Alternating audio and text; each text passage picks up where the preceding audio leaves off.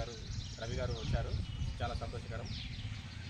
ఆయన చేతుల ద్వారా అంబేద్కర్కి పూలమాల వేయాల్సిందిగా కోరుతున్నాము.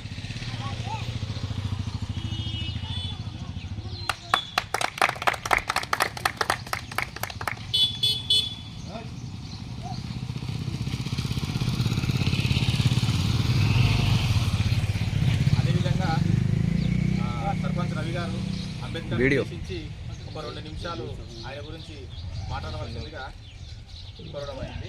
ఫోటోలో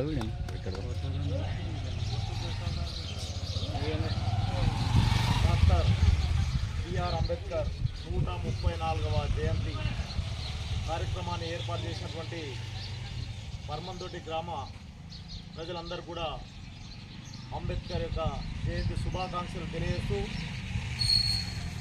మన భారత రాజ్యాంగాన్ని రాసినటువంటి డాక్టర్ బిఆర్ అంబేద్కర్ గారి యొక్క జయంతి ఈరోజు భారతదేశంలోనే కాదు ప్రపంచ దేశాల్లో కూడా పెద్ద ఎత్తున జయంతి ఉత్సవాలు నిర్వహిస్తూ ఉన్నారు.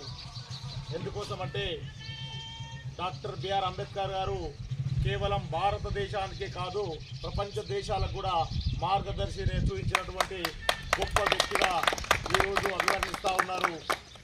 ఈరోజు మనందరము ఈ స్థాయిలో ఉన్నామంటే డాక్టర్ బిఆర్ అంబేద్కర్ గారి యొక్క భిక్షని అని కూడా ఈ సందర్భంగా నేను తెలియజేస్తా ఉన్నా.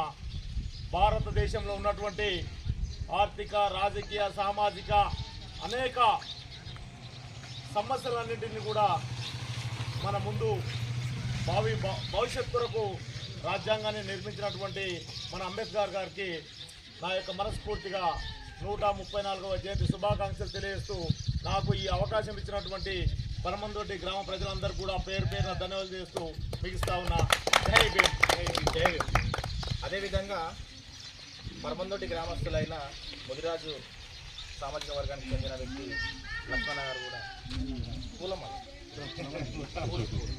పూలు వేయవలసిందిగా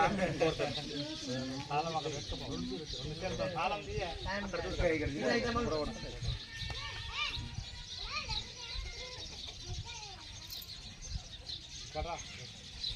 అదే